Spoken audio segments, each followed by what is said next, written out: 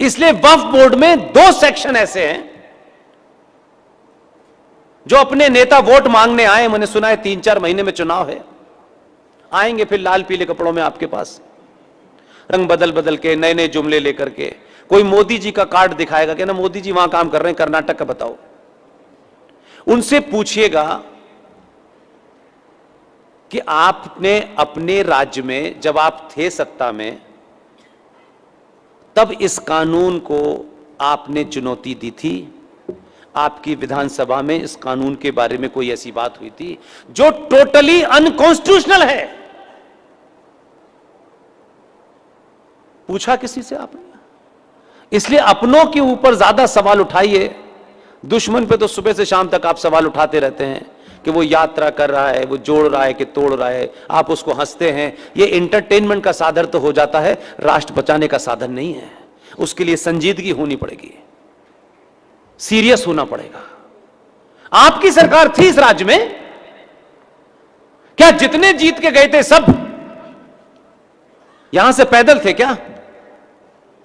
यह सवाल क्यों नहीं आपकी विधानसभा में उठाया गया कि यह कानून जो भारत की संसद में रखा गया है यह अनकॉन्स्टिट्यूशनल है? किसी ने यहां की हाई कोर्ट में चैलेंज किया था? क्योंकि मालूम नहीं है, और इसलिए मालूम नहीं है कि इसको पता करने से क्या फायदा है, इससे तो कुछ होगा नहीं, इसलिए पता नहीं किया। वक्फ प्रॉपर्टी एक्ट और 36 क्या कहता है, इसका जीता जागता उदाहरण है। यह भी नहीं है कि यह पास हो गया है, रखा हुआ है, आप देख नहीं रहे हैं। Section 40 of Waqf property act वो यह कहता है कि ये जो बहुत खूबसूरत सा हॉल आपने बनाया है, इसका कोई मालिक होगा, इसकी कोई जमीन का मालिक होगा। और सोचिए कि ऐसी बात कोई हमारे आम बातचीत में कोई कहे तो आधे लोग कहेंगे ये पागल आदमी है, ये ऐसे कैसे कह सकता है, ये कह दो। लेकिन संसद में हो रहा था तो किसी ने ये पूछा नहीं। बड़े बड़े ज्ञानी, महाज्ञानी, लॉ के जानकार कभी बात, कोई आर्टिकल लिख देते हैं इंडियन एक्सप्रेस में, देश की अखंडता के ऊपर तो बड़े सारे आर्टिकल प्लांटेड लिखवाए जाते हैं। एक आध आर्टिकल कोई एक्सपर्ट लिख देता, न रिटायर्ड जज लिख रहा है, न रिटायर्ड पॉलिटिशियन लिख रहा है, न राष्ट्रवादी लिख रहा है, न गैर राष्ट्रवादी लिख रहा है, सब चुप है। अब सवाल उठा दिया है तो लोग उनसे पूछ रहे हैं कि भाई आप तो सुबह से शाम सिर्फ प्रवचन देते थे, तो आपने ये बात हमें बताई क्यों नहीं? कम से कम हम एक पत्थर उठा के तो मारते, कम से कम गाली तो देते, चिल्लाते तो, रोते तो, कम से कम दुनिया में बता देते कि ऐसा हो गया है। शायद इस देश में 10 साल 20 साल पहले कुछ लोग खड़े हो जाते हैं और ये हर देश के हर नागरिक को पता चल जाता। तो आज आपकी सरकार 2014 में आई तो प्रण करते कि 2014 में अगर पहला रेजोल्यूशन पास होना है तो इस पे होना है, तो नहीं किया आपने। सेक्शन 40 वक्फ प्रॉपर्टी एक्ट यह कहता है कि ये जो हॉल है, जो भारत की भूमि है, इंच इंच गज गज, उसमें सारे 95 करोड़ सनातनियों के मकान बन रहे हैं, मंदिर बन रहे हैं। सेक्शन 40 का कहना है, जो पास हुआ आपकी संसद में, कि इस हॉल का कोई मालिक है, इस जमीन का कोई मालिक है वक्फ बोर्ड के 2 मूर्ख लोग। यह कहना है उनको, कानून का मैं आपको वर्ड बता रहा हूं, कॉमा फुल स्टॉप ऊपर नीचे भी नहीं करना चाहता मैं आपसे। सेक्शन 40 ने कहा है कि इस जमीन का, इस हॉल का जो मालिक है वो तो सरकार के बनाए कानून के तहत है, उसके मालिकाना पे कोई सवाल नहीं है। लेकिन इस 40 ने क्या किया है, संसद में कौन लोग थे जिन्होंने इसको पास होने दिया?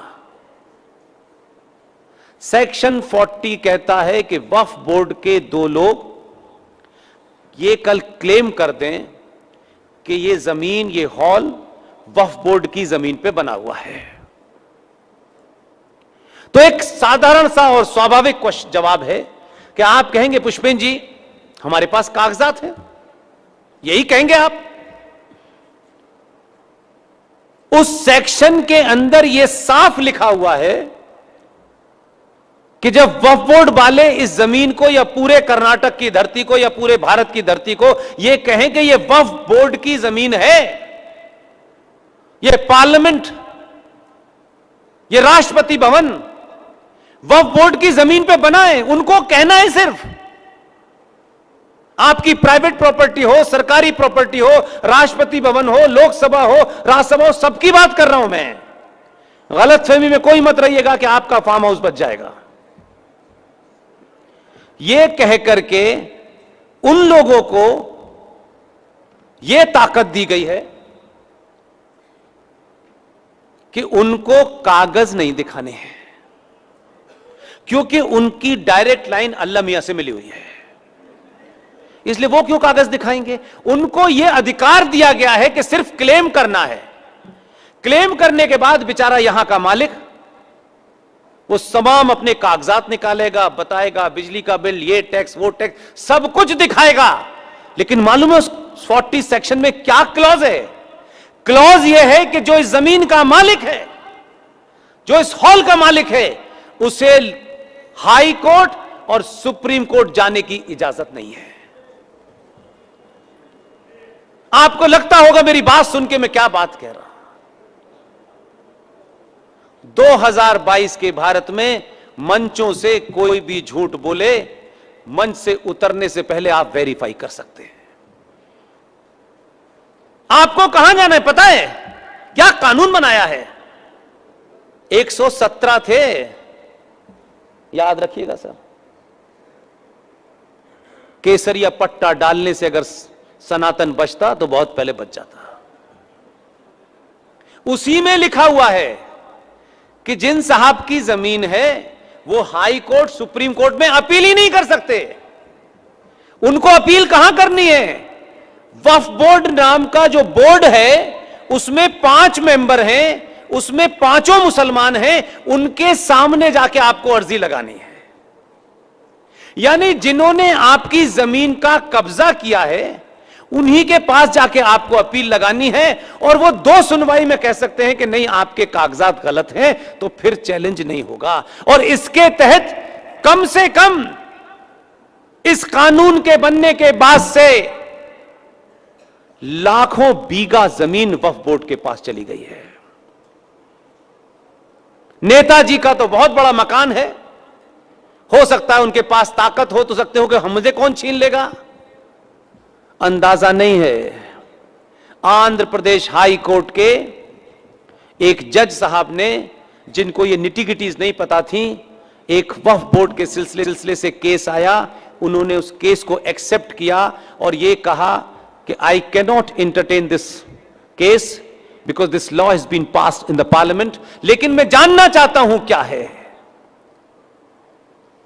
तब उन्होंने उस ऑब्जर्वेशन के तहत जिन लोगों को डायरेक्शन दिया, तब पता चला जो आज की डेट में दीवार पे बड़ा बड़ा लिखा हुआ है, आप पढ़िए। ये सनातन की भूमि जिसे आप सुबह शाम भारत माता की जय कह देते हैं, और आपके मानने वाले फॉलोअर ये समझते हैं कि कह दिया है, बहुत बड़े आदमी है हिंदुओं के, इन्होंने कह दिया है भारत माता की जय तो अब जय है ही, हम घर जाके सो जाते हैं, हमें क्या पता है। तब पता चला कि भारत की जो टोटल लैंड एरिया है उसकी सबसे ज्यादा तादाद रेलवे के पास है, दूसरे नंबर पर डिफेंस के पास है, तीसरे नंबर पर वक्फ बोर्ड के पास है। अब इसमें एक और फर्क समझिए, ये जो 19 करोड़ रह रहे हैं ये वक्फ बोर्ड की जमीन पर नहीं रह रहे हैं, ये सेपरेट जमीन पर रह रहे हैं। वो भी रह रहे हैं, उनकी बकरियां भी रह रही हैं, है ना। ये लैंड सेपरेट है, आप चौथे, पांचवें, छठे नंबर पे नहीं है। और आपको गलतफहमी है कि हम 95 करोड़ हैं, ये भारत माता हमारी है। पूरे गुजरात में आपके सोने की पराकाष्ठा यह है, खासतौर से मैं उन हिंदूवादियों को कह रहा हूं जो सुबह से लेकर शाम तक दे प्रवचन, उनसे पूछ रहा हूं, क्योंकि कम से कम उन्होंने कहा कि भाई हम समाज में जागृति लाएंगे, लोगों को बताएंगे, तो कभी हम भी सुन लेते, कभी हमारे कानों में आ जाती यार ये कुछ भी हो लेकिन ये कुछ काम तो इन्होंने ऐसा किया है जो बता दिया है।